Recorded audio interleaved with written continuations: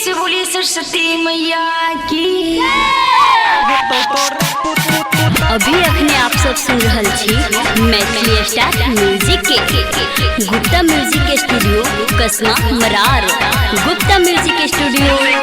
कसमा मरार। शिव नारायण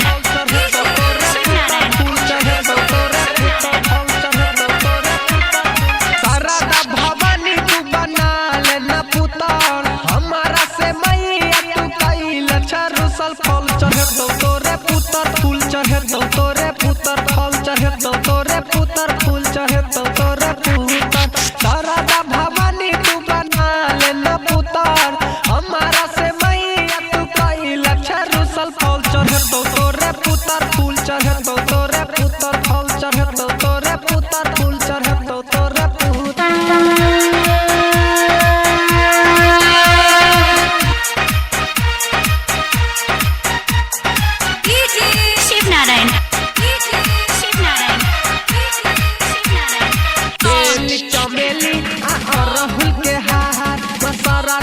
शोभाई छै हंस के सवार बेली चमेली आ अरहुल के हार मसरदा के शोभाई छै हंस के सवार क देन हमर गे मैया तू सुपर क देन हमर गे मैया तू सुपर फल चढ़तो तोरे पुतर फूल चढ़तो तोरे पुतर फल चढ़तो तोरे पुतर फूल चढ़तो तोरे पुतर।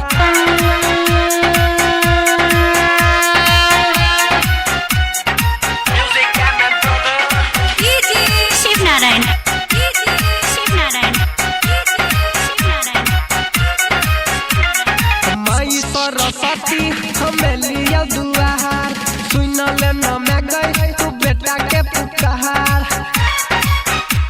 तू बेटा के पुकार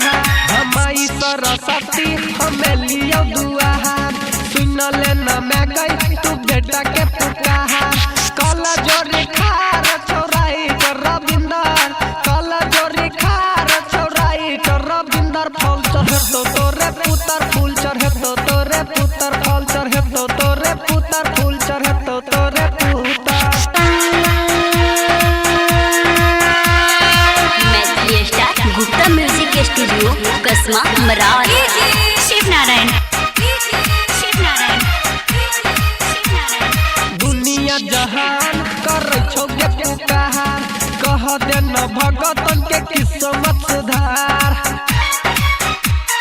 किस्मत सुधार दुनिया जहान मैं करे छो पुकार कह दे न भगतन के किस्मत सुधार लाल बाबू पर मुझे पई तो दुलार डीजे विकास पर मुझे पई तो दुलार फूल चढ़तो तोरे पुतर फल चढ़तो तोरे पुतर फूल चढ़तो तोरे पुतर पाठ करतो तोरे पुतर शारदा भवानी तू बना लेना पुतर हमारा से मैया तू कइल छरुसल फल चढ़तो तोरे पुतर फूल चढ़तो तोरे पुतर फल चढ़तो तोरे शिव नारायण सीतामढ़ी 9224846667।